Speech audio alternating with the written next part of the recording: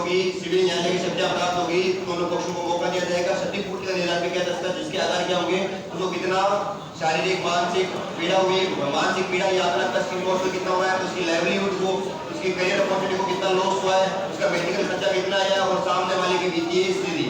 फिर अपने सुनवाई के दौरान इसको 90 दिन का अवकाश, इसका ट्रांसफर, उसका ट्रांसफर और भी कोई वाजिब मांग मांगी जा सकती है। आईसीसी कार्यकाल से पहले भी हटाया जा सकता है कि भाई अपराध साबित हो गया, जांच चल रही है, डिसिप्लिनरी एक्शन चल गया, जांच लाके पद का दुरुपयोग या जो जांच की वस्तुओं को पब्लिक कर दिया है, योग्यता करते हुए आईसीसी गठन करेगा, वहां का वातावरण अच्छा करेगा और जागरूक पोस्टर वगैरह ये लगाएगा। और महिला कानूनी सहायता करनी चाहे तो उसकी हेल्प करेगा, कानूनी हेल्प चाहे तो आईसीसी वगैरह की सहायता करेगा, जुर्माना बताएगा, दोबारा करता है 1 लाख तक लाइसेंस ये अपना पहला। फिर अपन कितना गया घरेलू हिंसा में किसी भी उम्र की महिला जो उसके साथ घरेलू नातेदारी डोमेस्टिक में जो भी इस बात का आरोप लगाती है कि वो घरेलू हिंसा का domestic violence by the respondent, तो वो क्या कहलाती है, व्यथित महिला।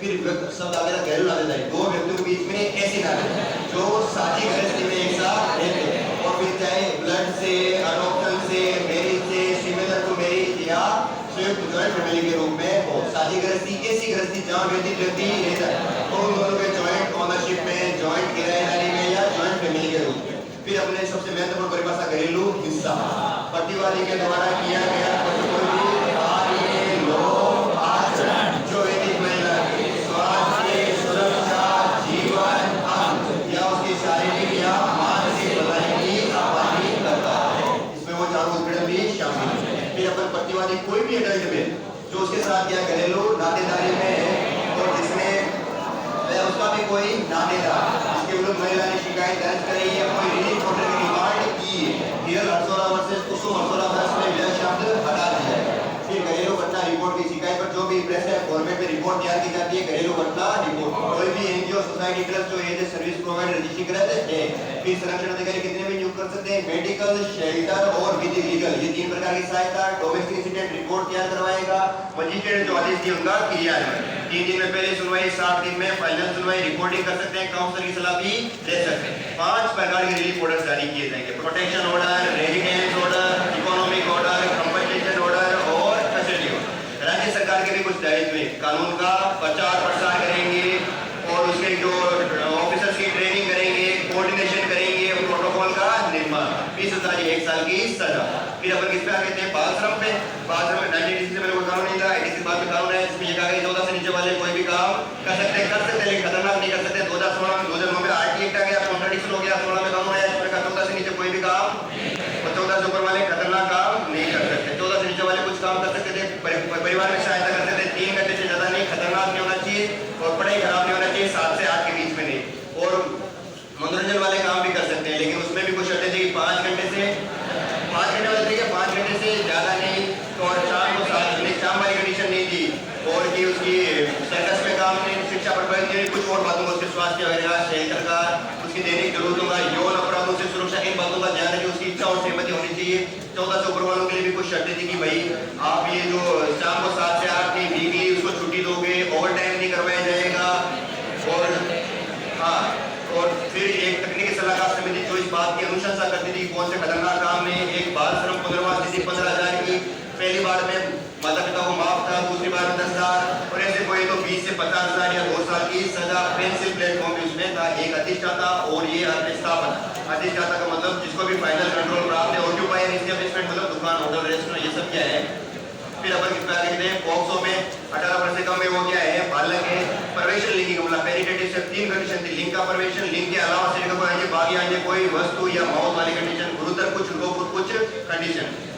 सामूहिक हुआ है, 12 वर्ष से कम हो, बार किया है, गर्भवती होते हुए मृत्यु हो गई हो, डिसेबल हो गया हो, हिंसा या प्राकृतिक। लैंगिक हमला, लैंगिक आश्चर्य से प्रवेशन के बिना शारीरिक संपर्क मतलब उन अंगों का स्पर्श। फिर था कि लैंगिक उत्पीड़न, वो भी लैंगिक सेक्सुअल इंटेंशन से क्या करना, कोई शब्द, ध्वनि या इशारा या उसका पीछा करना, शरीर का कोई भाग दिखाना या अश्लील चित्रण वगैरह, या उसको उसमें शामिल हो गया, उसको लेकर धमकी या कोई प्रलोभन देना। और अश्लील ये फोन का पर्पस क्या था कि सीधा ही बच्चे को लैंगिक काम में नकली या वास्तविक रूप में शामिल कर लिया है, उसके जन्ना दिखा रहे हैं या उसको इनडिसेंट तरीके से, अशोभनीय तरीके से प्रदर्शित किया है। फिर वही कि 1 साल में हो जाएगी, 1 साल में उसको स्थानीय पुलिस यूनिट में शिकायत कर सकते हैं, 1 साल में ध्यान रखेंगे। वहाँ कोर्ट में कुछ बातों का ध्यान रखेंगे कि वो कौन कौन से प्रश्न पूछेगा वो पहले बता दिए जाएंगे, उसकी डिग्निटी का ध्यान रखेंगे, मित्रता का ध्यान रखेंगे, बार बार ना बुलाया जाए। और फिर अपन ने ये था कि पुलिस भी कुछ ध्यान रखेगी, महिला ऐसे ही नहीं अधिकारी होनी चाहिए, घर के आसपास ट्रांसलेटर की व्यवस्था, खतरनाक आक्रामक प्रश्न नहीं पूछेंगे, आरोपी उसको ना दिखे, मेडिकल करवाना हो तो भी महिला डॉक्टर उसके परिवार वाले लोग होने चाहिए, ये सब बातें थी। फिर एक ही पॉक्सो बॉक्स भी था जो ऑनलाइन आप शिकायत भी कर सकते हैं।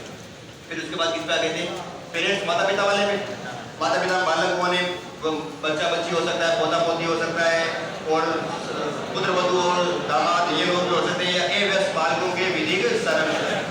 माता पिता ये पता है तो माता पिता भी आपको पता है।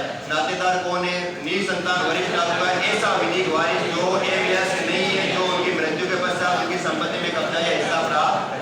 फिर दोष ऑफ मेंटेनेंस और वेलफेयर, भरण पोषण और कल्याण, ज्यादा बड़ा कल्याण, उसमें वही फूड क्लोथिंग सब शामिल है। साथ में क्या है, आमोद प्रमोद या अदर इमीडिएट डिग्रेशन भी शामिल है। फिर मेंटेनेंस ऑफिसर होता है, एसडीएम से रैंक अधिकारी नहीं होगा, आपको 1 महीने में आपको जो कहते हैं कि मासिक भत्ता नहीं करना पड़ता, ब्याज देना पड़ेगा, एक्स पार्टी निर्णय भी दे सकता है, अपील आप कलेक्टर के पास कर सकते हैं। महत्वपूर्ण बात की राज्य सरकार के दायित्व, वृद्धाश्रमों की स्थापना करो, इतने बड़ा 150 लोग रह सके, अलग लाइन अलग बेड, गंभीर रोगों की व्यवस्था और उनका प्रचार प्रसार, ये आप। उसके बाद अपन किस पे आ गए थे, बौद्धिक संपदा की, भाई ऐसी जिनका कोई मौलिक मुझे मानव की बुद्धि द्वारा सृजित, जिनका क्या किया जा सकता, भौतिक अस्तित्व फिजिकल एक्सिडेंट नहीं है, लेकिन उनका व्यवसाय कमर्शियल यूज किया है, नकारात्मक प्रवृत्ति होते हैं, क्योंकि ये क्या देते हैं, एकाधिकार WTO WIPO। पेटेंट पढ़ा था 1970 में काम आया था, एवरग्रीनिंग और कंपल्सरी लाइसेंस, तो मुझे वो पढ़े थे। कॉपीराइट का 1957 में, 19 ये कॉपी लेफ्ट है, और trademark, trade dress, trade design, trademark और ट्रेड ड्रेस का तो 1999, और इसका 2000 में, पौधों की किस्मों का 2001 में, IC सर्किट का 2000 में, और ज्योग्राफिकल इंडिकेटर का 1999 में। एक पारंपरिक डिजिटल ज्ञान लाइब्रेरी भी अपन ने बना रही। तो ये मोटी मोटी बातें अपनी कौन सी थी, बौद्धिक संपदा अधिकार। फिर अपन किस पे आ गए थे, सूचना का अधिकार। सबसे पहले सूचना, कोई भी अभिलेख या दस्तावेज। फिर अपने सिलेबस वाली बातें, परिपत्र, कार्यालय आदेश, ज्ञापन, रिपोर्ट, कोई विचार या सलाह, ईमेल या इलेक्ट्रॉनिक डाटा मटेरियल, या निजी की प्राइवेट यो बातें जो किसी भी कानून से लोक प्राधिकरण प्राप्त कर सकता है। फिर सूचना का अधिकार, कोई भी अभिलेख या दस्तावेज की जांच के दौरान टिप्पणियां और क्या कहते हैं प्रमाणित प्रति, और उसके क्या कहते हैं कि नमूने वगैरह लेना, और इलेक्ट्रॉनिक रूप में तो उसके डाटा वो हार्ड कॉपी या सॉफ्ट कॉपी लेना।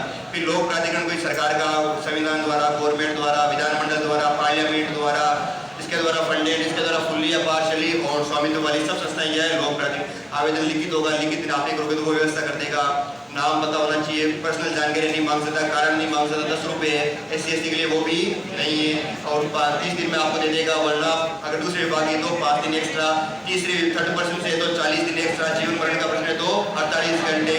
फिर अपन ने गलत कोई सूचना देगा तो उस पर जुर्माना वगैरह लग सकता है, 250 से 25,000 रुपए तक जुर्माना है। पहले तो अपन प्रथम अपील के पास, फिर सूचना आयोग के पास चले जाएंगे। कुछ सूचना मांगी नहीं जा सकती जो देश की एकता, अखंडता, संप्रभुता दूसरे देशों से विश्वास में, कॉपीराइट की कानूनी रोक लगा दी है, कार्यालय की गोपनीय सूचनाएं हैं, या फिर कैबिनेट के दस्तावेज है, संसद या विधानमंडल के विशेषाधिकार, प्रिविलेजेस वाली बात है, या जिसे व्यवसायिक संस्थान की जो है प्रतिस्पर्धा कम होती हो।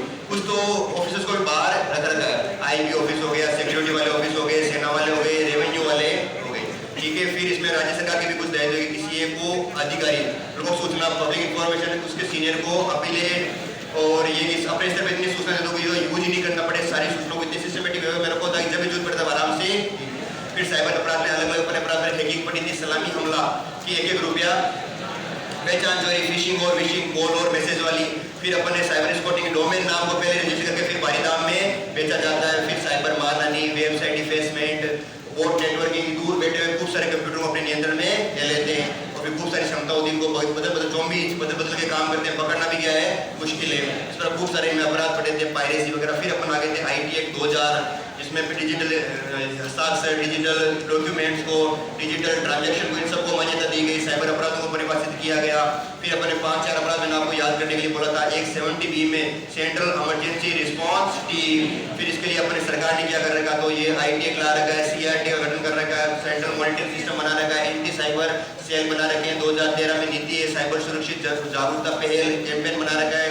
अभी जो उपभोक्ता वाला अधिनियम है उसमें प्रावधान कर रखे हैं। फिर कुछ सुझाव भी दिए गए क्षेत्रीय अंतर्राष्ट्रीय स्तर पर अधिकतर क्या कर दो, समन्वय कोऑर्डिनेशन कर दो और अच्छे एक्सपर्ट्स बुलाओ और इनमें क्या है कि आप पुराणों का अध्ययन करो और साइबर आधारभूत अवसंरचना का विकास करो, जागरूकता चलो। फिर अपन किस पे आ गए, लैंड लॉज पे। सबसे पहले नजूल भूमि, आबादी भूमि के अंदर कोई भी ऐसी भूमि तो गाँव, सर्किल, नगर पालिका इन सब में नजूल भूमि, राजस्व बोर्ड के काम, अपील, रिवाइज, रेफरेंस का सबसे सुप्रीम सारे के सारे रेवेन्यू कोर्ट इसके सबॉर्डिनेट, ये सबका और किसी मामले को बेंच, किसी मामले को हाई कोर्ट, अपने रजिस्टर और अपने मंडल से संबंधित नियम, कलेक्टर के साथ में एक अधिकारी होता है, लैंड रिकॉर्ड एक होता है, लैंड रिकॉर्ड का बॉस डायरेक्टर, सेटलमेंट का कमिश्नर, रेवेन्यू अपीलेट अथॉरिटी और इन सब का बॉस राजस्व बोर्ड। ये पता है तो आपको अपील के प्रोविजंस भी पता है। तहसीलदार का कलेक्टर, कलेक्टर एसडीएम का वो ये अपने रेवेन्यू अपीलेट अथॉरिटी फर्स्ट के पता है तो सेकंड के भी पता है। कुछ मामलों में अपील नहीं की जाए, मामला टाइम पार्ट हो गया है, फाइनल घोषित कर रखा है, इंटरिम है या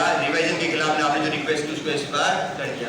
रजिस्टर के बारे में आगे थे तो अधिकार, राइट ऑफ रिकॉर्ड, खेवट खतौनी माफी, खेवट में कि भाई उस लैंड होल्डर्स कौन है, उसकी सीमा, हित, इन सब की खतौनियों में लोगों का विवरण, माफी में कौन कौन जमीन माफ है, गाँव का रजिस्टर, नदी कहाँ से चल रही है, नदी से बहाव, कितना राजस्व है, कौन दे रहा है, कौन सी भूमि माफ है, गाँव का रजिस्टर, अधिकार अभिलेख मिलके वार्षिक एनुअल रजिस्टर, एक रजिस्टर था दस्तूर गाँव या वाजिब जो एक का जो लैंड सेटलमेंट ऑफिसर, गाँव के अधिकार, निवासियों के अधिकार और कर्तव्य। फिर अपन आ गए थे दूसरे वाला टेनेंसी एक्ट में, परिभाषाएं कृषि आपको पता है, कृषि भ्रष्ट आपको पता है, आसामी जो लगान देता है अजमेर का ये आपका वो।